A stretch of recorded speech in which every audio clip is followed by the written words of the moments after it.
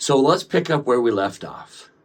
In our last video, we saw that if we engage in a war of the heart at whatever level, but we do it the Lord's way, we get the Lord's help. That's the great guiding principle. If we enter and act, if we do things the Lord's way, we get the Lord's help. Whether that's in my home, disciplining my children the Lord's way, then I get the Lord's help. Any type of conflict, any type of war of the heart, whether it's a community conflict or a challenge, a bully that is picking on my child, any type of war of the heart or conflict, the general rule is if I do it the Lord's way, I get the Lord's help. So now the question is, what is the Lord's way? What does it mean to engage in a war of the heart the Lord's way? To answer that question, we're going to leave the book of Helaman today and go back to the book of Alma. Again, always asking the question, why did Mormon include this? What was he seeing when he included this story in the plates? And so we've talked about the war chapters. Now, typically the war chapters are considered from 46 on, when Amalickiah rebels, joins the Lamanites, and becomes king of the Lamanites, and then leads the Lamanite army in battle against the Nephites. Those are what we traditionally call the war chapters. But if you look at the book of Alma, there's a skirmish with the Lamanites before those war chapters. Even the little insert that's in the Book of Mormon does not include that as the war chapters. So why would Mormon include this little skirmish with Zarahemnah? What's the point? And I believe this is where the Lord is teaching that lesson. How to engage in conflict the Lord's way. How can you make sure you're on the Lord's side in a conflict of the heart? So the basic premise here is the Nephites are on the Lord's side. And they're going to illustrate what does it take to be on the Lord's side. The Lamanites are always opposite. So we're going to study these few chapters and ask ourselves, what are the rules for engaging in conflict the Lord's way? And what is it that the Nephites are doing that are going to illustrate how to be on the Lord's side? And what are the Lamanites doing that illustrate how to not be on the Lord's side? I truly believe that's what Mormon saw, and that's why he's including this on the plates. So what are the rules?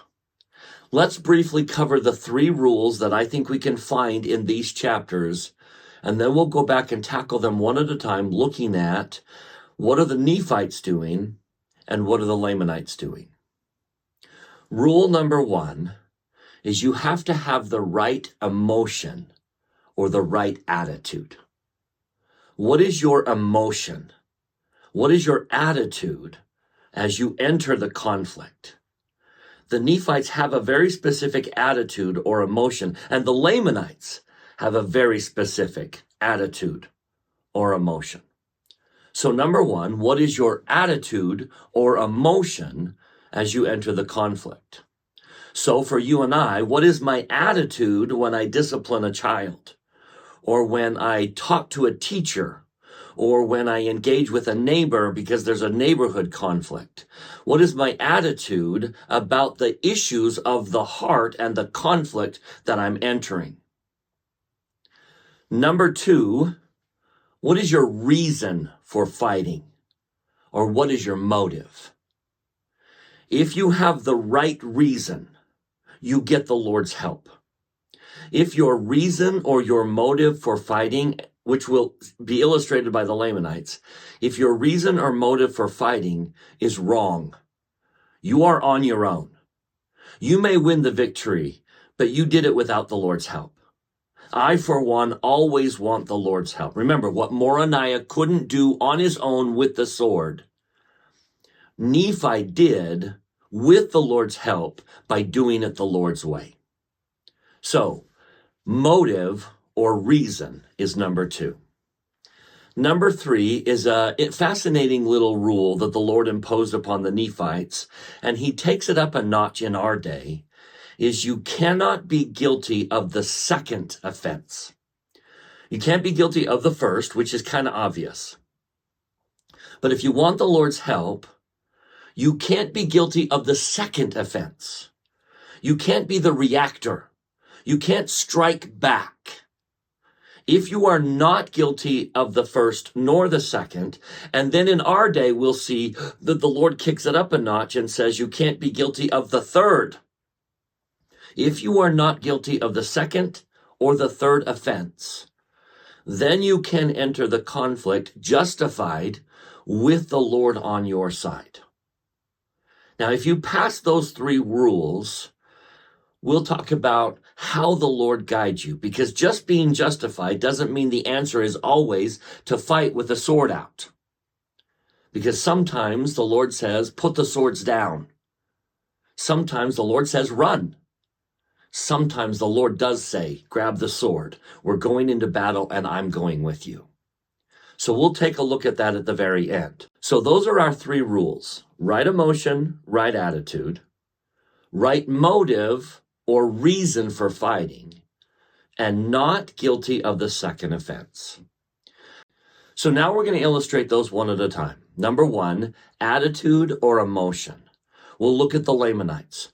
What was the Lamanites' emotion as they engage in conflict? And then, what was Captain Moroni's emotion? What's his attitude towards the conflict? And we'll begin to see a distinction between, are you doing it the Lord's way or not? So let's start with the Lamanites. We begin in this verse in Alma chapter 43.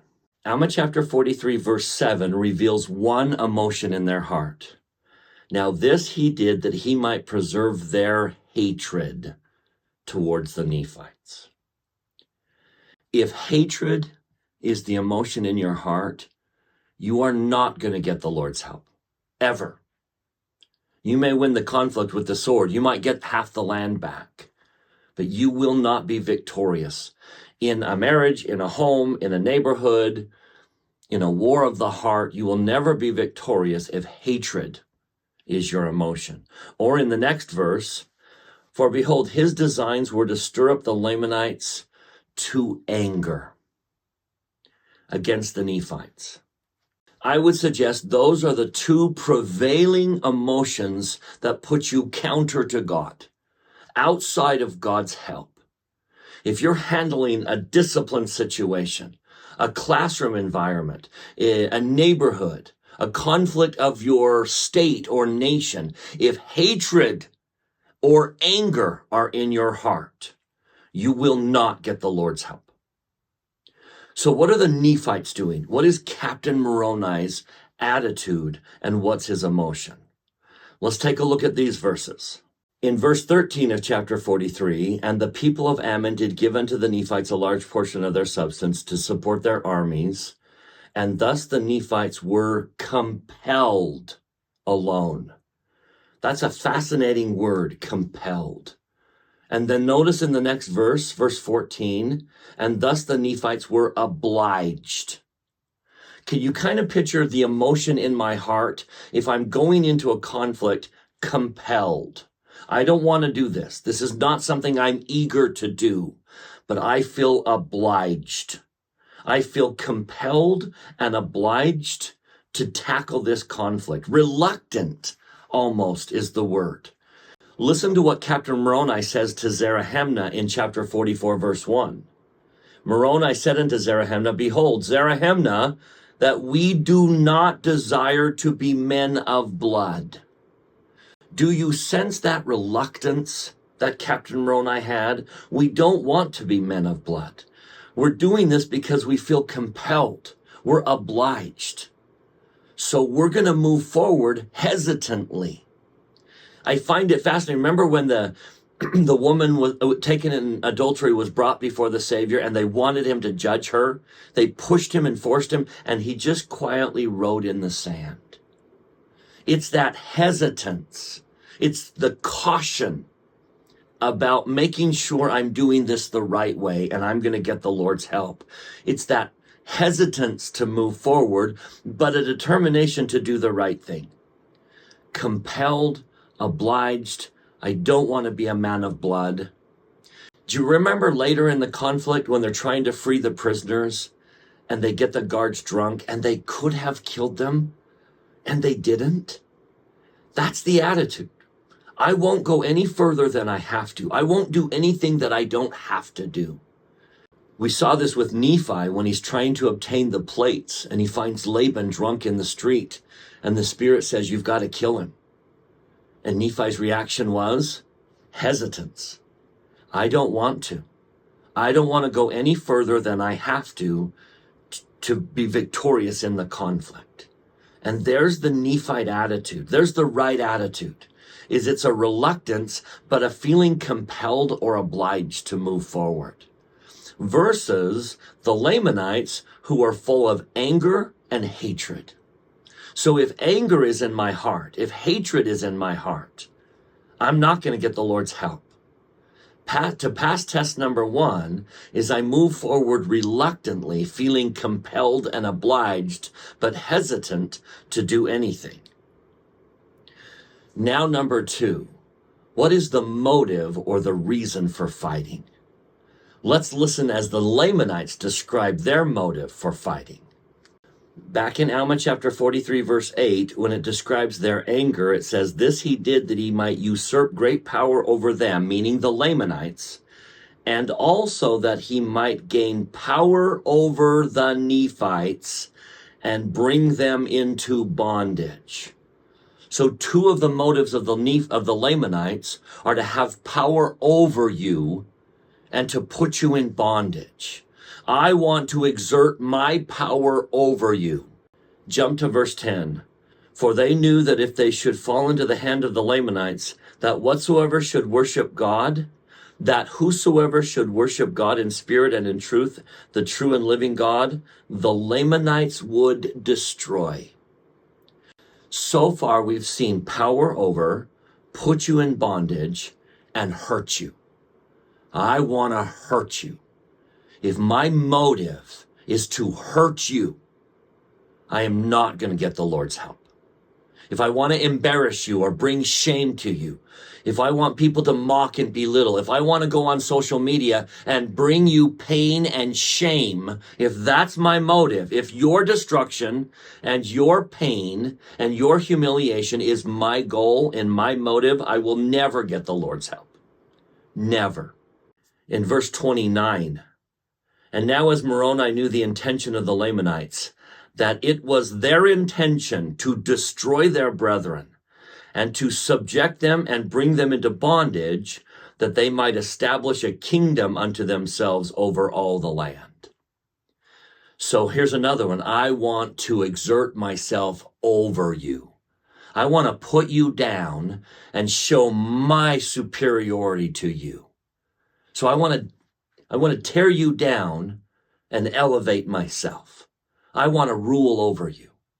Bondage, destruction, pain. Do you see the motives of the Lamanites? Chapter 44, verse 2, we get a couple more. Behold, this is Captain Moroni to Zarahemnah. We have not come out to battle against you, that we might shed your blood for power. Neither do we desire to bring anyone unto the yoke of bondage. But this is the very cause for which you have come against us. Let me throw this last one in, back to our number 1. And ye are angry with us because of our religion. You're starting to see reason and motive that's going to put you at odds with Christ. If my victory over you and your pain and bondage and destruction and tearing you down and embarrassing you or mocking you or canceling you, if my motive is your pain, I am not going to get the Lord's help. He will not be with me in the conflict. Let's do one more. From Ammoron's letter to Moroni, chapter 54, the last 2 verses. I am Ammoron, a descendant of Zoram, whom your fathers pressed and brought out of Jerusalem. And behold now, I am a bold Lamanite. Behold, this war hath been waged to avenge their wrongs and maintain and obtain their rights to the government. I want revenge. I want you hurt, you put down, you in bondage, me to rule over you, and I want revenge. Now, do you see how anger and hatred are so tied to that?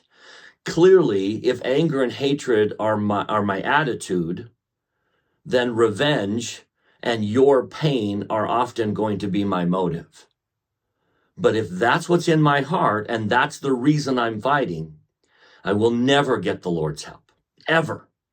He will not be with me. I am fighting with the sword like Moroniah, and at best I'll get back half.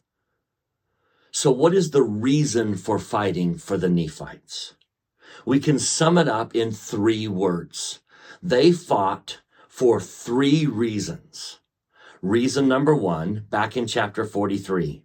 And now the design of the Nephites was to support their lands and their houses and their wives and their children, that they might, here's number 1, preserve them from the hands of the enemies, and also that they might preserve their rights and their privileges and also their liberty, that they might worship God according to their desires.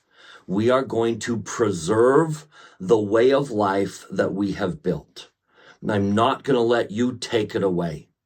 I'm going to preserve our rights, our privileges. We're going to preserve our families. I'm going to preserve what we have and what we've built to maintain. I'm going to preserve. Jumping down to verse 30, notice it's their only motive. Verse 30 says, and he also knowing that it was the only desire of the Nephites to preserve their lands and their liberty and their church. Therefore, speaking of Captain Moroni, he thought it no sin that he should defend them by strategy. So he knew what their motive was. He knew that their motive was simply to preserve, and that their attitude was to not go any further than they had. So Moroni says, I'm going to use all the tools at my disposal in this conflict, because I know they've checked the box about having the right motive. Do you see when we're on the Lord's side? Jump to chapter 48, which is that beautiful chapter describing Captain Moroni. Now, this is also going to reveal another word, but I want to focus on that word, preserve. Now, the Nephites were taught to defend themselves against their enemies, even to the shedding of blood if it were necessary. Yea, and they were also taught never to give an offense. That's going to be rule number 3.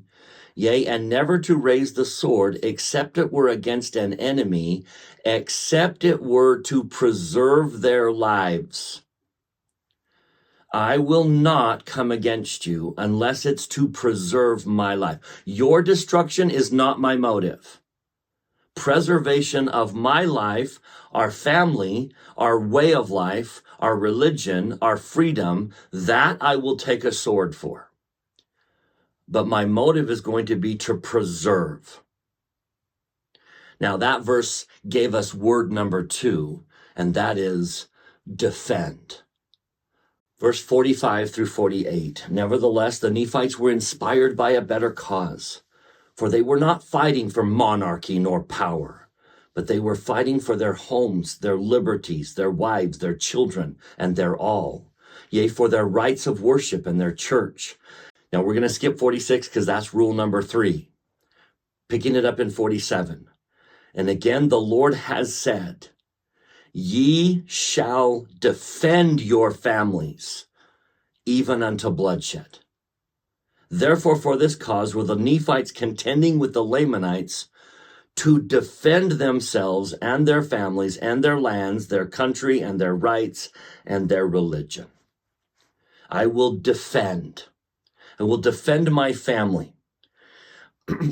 Notice that was the Lord commanding that. Ye shall defend your families. I'm not trying to hurt you. Your demise, your cancel, not my motive. I am going to defend my family with reservation in my heart because I don't want to do any more than I have to defend. Number 3, our third word, We pick this one up when the stripling warriors engaged the conflict. Why were they willing to engage? Why were they willing to join? In verse 16 of chapter 53, we have the stripling warriors entering the conflict. Behold, they had many sons who had not entered into a covenant. They did assemble themselves. We've talked about that in previous classes. But now verse 17, here's our third word.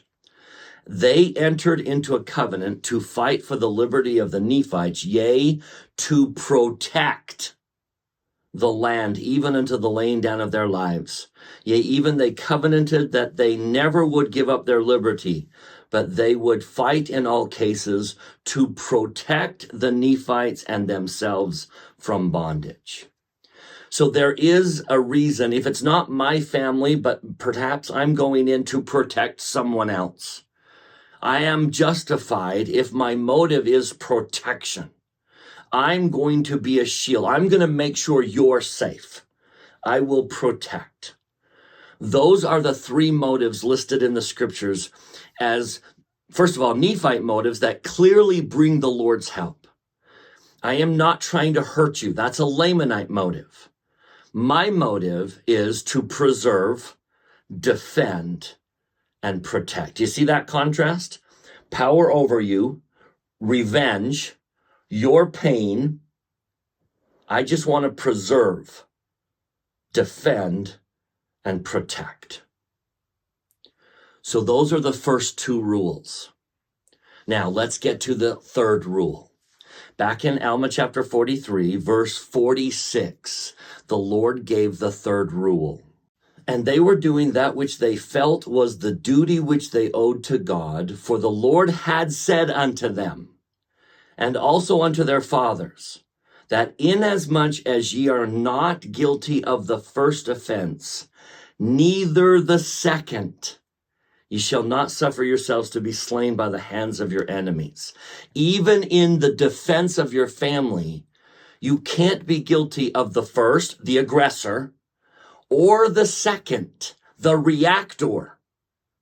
Now think about it. What is usually the emotion in my heart if I'm reacting and I'm the second offender? Almost without fail, it's anger. You hit me, I'm angry, now I'm reacting in anger, and my motive is usually revenge. In sports, in basketball, for example, which foul usually gets called? There's an inadvertent elbow and someone gets hit. I didn't mean to. But now the person who got hit is mad. And he's angry. And now he deliberately elbows back.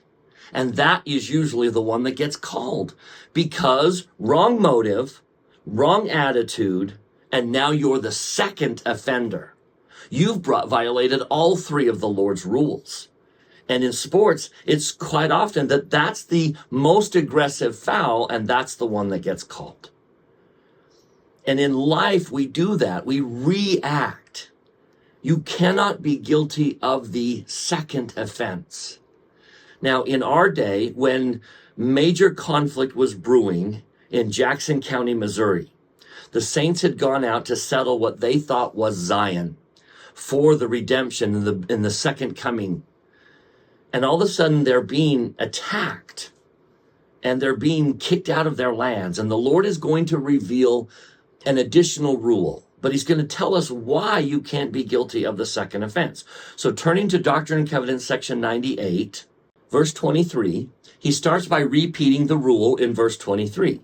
Now I speak unto you concerning your families. If men will smite you or your families once, and ye bear it patiently, and revile not against them, neither seek revenge, ye shall be rewarded. But if you bear it not patiently, meaning they hit me, I hit them back, it shall be accounted unto you as being meted out as a just measure unto you. In other words, you're no different than the first person. You can't claim the higher ground. You can't say, well, he did it first, because you did the very thing. In fact, you did it with venom. You did it with revenge in your heart. You did it with anger. So you're the bigger aggressor. You can't be guilty of the second offense. Now, in our day, in section 87, the Lord has kicked it up a notch. And he continues by saying, again, if your enemy shall smite you the second time, and you revile not against your enemy, and bear it patiently, your reward shall be 100-fold. And he doesn't really command it. I know he doesn't say thou shalt not, but he sure seems to suggest that we shouldn't be guilty of the third offense. If they come against me twice, and then I react, I'm guilty of the third offense. And he says, if you're not, blessed are you. Blessed are you. Now watch him enter the conflict. So now they've come against me twice and I didn't react. I'm not guilty of the third offense. So then they come at me a third time. Verse 26. And again, if they shall smite you a third time and you bear it patiently, your reward shall be doubled. Nevertheless, verse 28.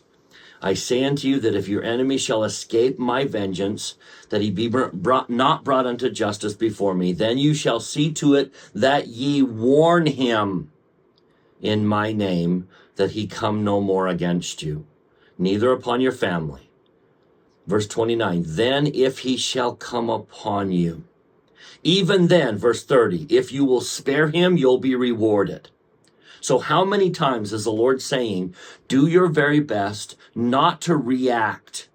Make sure your emotion is right and your motive is right. And you can do that by not reacting. Even a fourth attack. If you're going to keep calm in all of this, blessed are you. Nevertheless, if you haven't been guilty of the first, the second, or the third offense, and you've warned him, verse 31, nevertheless, thine enemy is in thine hand. If thou rewardest him again according to his works, meaning now you enter the conflict, you are justified. If he has sought thy life, and thy life is endangered by him, thine enemy is in thine hands, and thou art justified. Now notice verse 32, kind of a confirmation of what we've been talking about. Behold, this is the law I gave unto my servant Nephi, and thy fathers, Joseph and Jacob and Isaac and Abraham. Do you remember how the Nephites thought they were doing what their fathers had been commanded? This is the Lord confirming that, saying, this is the law I taught from the very beginning, Abraham, Isaac, and Jacob. You can't be guilty of the first, and definitely not the second. But even if you're not guilty, and it would be even better to not be guilty of the third or even the fourth. Now, let me be clear, there is an exception to that rule. Someone breaks into my house and threatens the lives of my family. I don't necessarily need to wait until they've done it 3 times. There is an exception to the rule, which the Lord gives in the Doctrine and Covenants. Section 134 of the Doctrine and Covenants, verse 11, gives this exception.